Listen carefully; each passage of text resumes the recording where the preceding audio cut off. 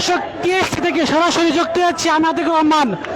দর্শক আপনাদের জানাতে চাই, হঠাৎ করে কিন্তু টিএসসি আমরা দেখছি উত্তপ্ত হয়ে উঠেছে।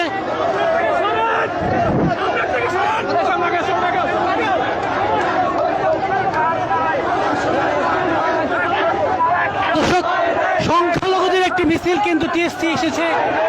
এই মুহূর্তে টিএসসি এলাকায় কিন্তু উত্তপ্ত পরিস্থিতি বিরাজ করছে এবং তারা কিন্তু মশাল মিছিল বের করেছে। আমরা আপনাদের তাই দেখানোর চেষ্টা করছি। দর্শক, অ্যাকশন অ্যাকশন ডাইরেক্ট অ্যাকশন এমন স্লোগানে কিন্তু উত্তপ্ত টিএসসি এলাকা। আমরা আপনাদের টিএসসিকে দেখানোর চেষ্টা করছি। দর্শক, নারী পুরুষ তরুণ তরুণীর অংশগ্রহণে কিন্তু টিএসসির এই উত্তপ্ত হয়ে উঠেছে। আমরা আপনাদের দেখানোর চেষ্টা করছি।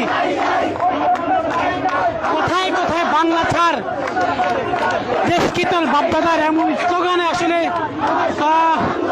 উত্তপ্ত হয়ে উঠেছে।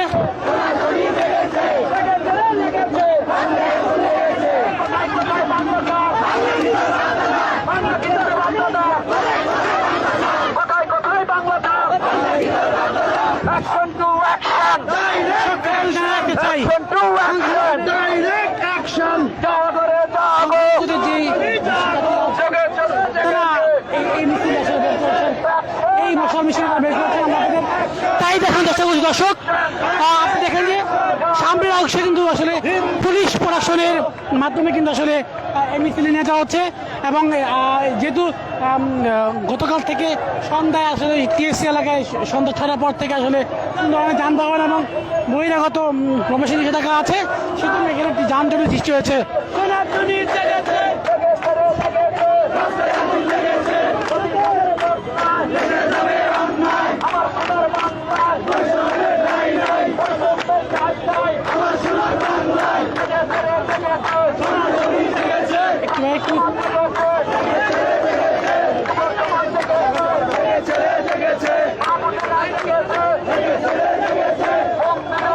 দর্শক, এই মুহূর্তে কিন্তু অবস্থান নিয়েছে রাজু ভাস্কর্য পদন নিয়েছে। আমরা আপনাদের দেখানোর চেষ্টা করছি যে সংখ্যালঘু যেসব ব্যক্তি আছেন, সংখ্যালঘু মানুষটা কিন্তু আসলে এখানকার যে টিএসসি এলাকা তারা কিন্তু ঘিরে রেখেছে এবং আপনারা দেখছেন চারিপাশে কিন্তু আসলে ঘেরাও করে রাখা হয়েছে। যানবাহন আপাতত কিন্তু এখানে বন্ধ রাখা হয়েছে। তাই আমরা আপনাদের দেখানোর চেষ্টা করছি।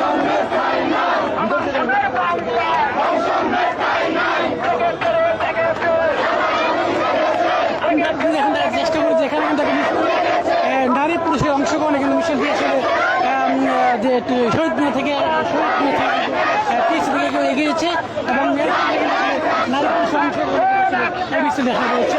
আমরা আপনাদের সেটাই দেখানোর চেষ্টা করছি।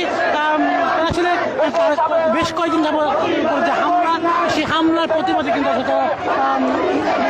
কিন্তু গত শুক্রবার কিন্তু তারা মিছিল করেছিল শাহবাগ এলাকায়। আমরা দেখেছি শাহবাগ চত্বর ঘেরাও করে সেটি অংশ করে কিন্তু সেটি তারা প্রতিবাদে কিন্তু রাস্তা নেমেছে। আমরা তারা আপনাদের দেখানোর চেষ্টা করছি। দর্শক, আপনারা জানেন যে এই মিছিলটিকে ঘিরে কিন্তু আইন শৃঙ্খলা বাহিনী এক ধরনের কঠোর মোতায়েন করা হয়েছে এবং এই মশাল মিছিলে কিন্তু আসলে হাজার হাজার তরুণ তরুণী অর্থাৎ সংখ্যালঘু যেসব মানুষ আছেন তারা কিন্তু অংশ নিয়েছে।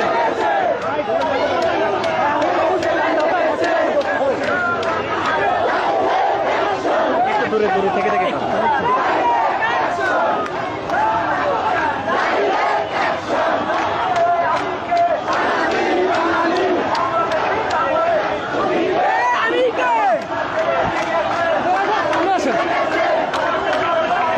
বেশ গত এক মাস আগে কিন্তু এই তুমিকে আমিকে বাঙালি একটি আলোচনা হয়েছিল, সেটি কিন্তু আসলে আবারও কিন্তু আমরা দেখতে পাচ্ছি এবং তারা কিন্তু কয়েকটা দাবি উত্থাপন করা করেছে।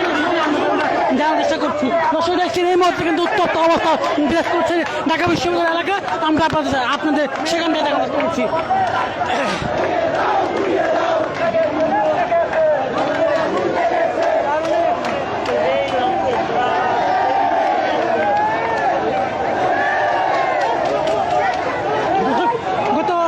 আগস্ট মাসের 5 তারিখ থেকে যে পরিমাণ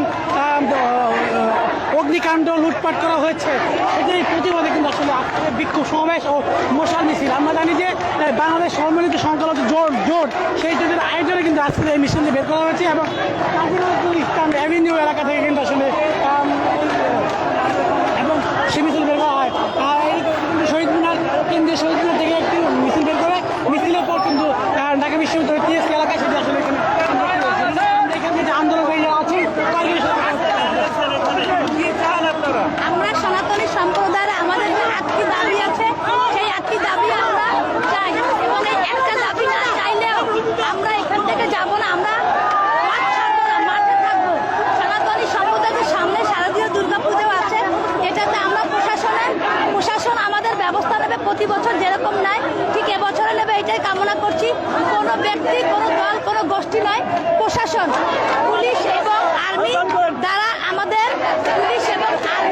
আমাদের প্রশাসন নিবে। ঠিক আছে, আমরা 8টি দাবি যতক্ষণ না মানা হবে ততক্ষণ আমরা মাঠে থাকবো এবং আমাদের সনাতনী সম্প্রদায়ের দাবি আদায় করেই আমরা ছাড়বো। আমরা দেখাচ্ছিলাম যে আসলে এখানকার আন্দোলন অংশ নেওয়া যেসব সংখ্যালঘু নেতারা আছেন এবং নেত্রীরা আছেন তাদের সাথে আমরা কথা বলার চেষ্টা করছিলাম, আমরা আপনাদের সেগুলো জানানোর চেষ্টা করছিলাম। হঠাৎ করে উত্তপ্ত হয়ে ওঠা যে ঢাকা বিশ্ববিদ্যালয় তার কারণ আপনারা ইতিমধ্যে জেনেছিলাম, আমরা সেটি আসলে এখানে দেখানোর চেষ্টা করছি।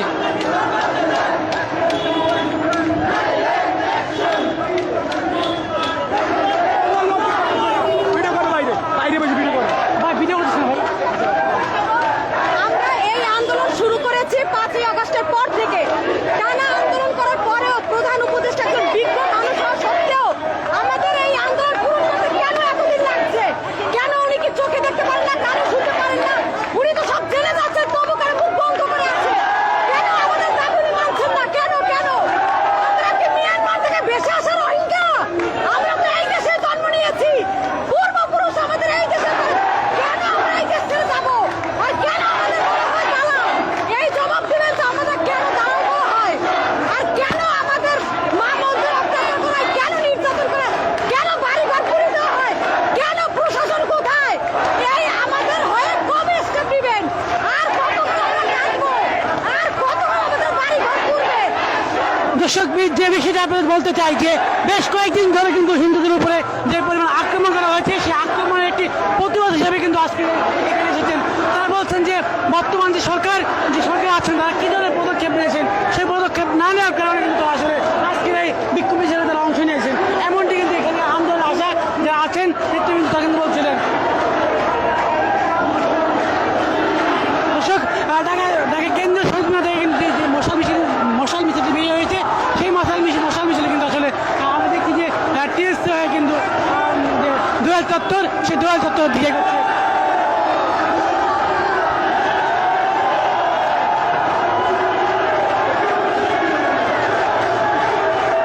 দর্শক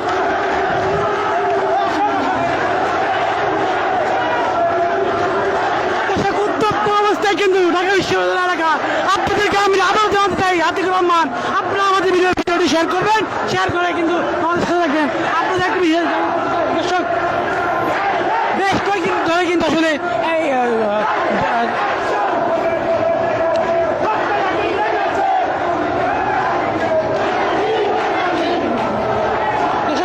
গত আগস্ট মাসের 5 তারিখে কিন্তু আসলে যে পরিমাণ হিন্দুদের বাড়িতে আক্রমণ করা হচ্ছে, সংখ্যালঘুদের উপরে হামলা চালানো হচ্ছে, সে হামলার সঠিক বিচার না হওয়ায় কিন্তু আজকের এই মিছিল করা হচ্ছে এবং তারা বর্তমান সরকার অন্তর্বর্তীকালীন সরকারের উপর যে 8টি দফা দিয়েছে সেই 8টি দফার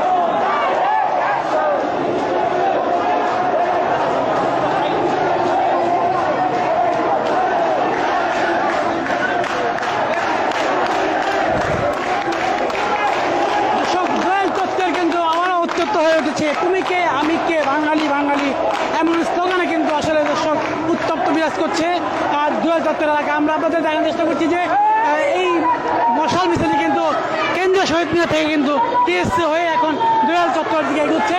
আমরা আপনাদের দেখানোর চেষ্টা করছি যে এই মিছিলের উপরে কিন্তু আন্দোলন আছেন তারা আসলে সঠিক বিচারের দাবিতে কিন্তু এই আন্দোলনটি করছেন।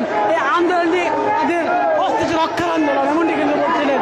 আমরা আপনাদের দেখানোর চেষ্টা করছি, আমরা সরাসরি আপনাদের সেই মিছিলের বক্তব্য এবং এই মিছিল স্লোগান সেই স্লোগান নিয়ে যাচ্ছি।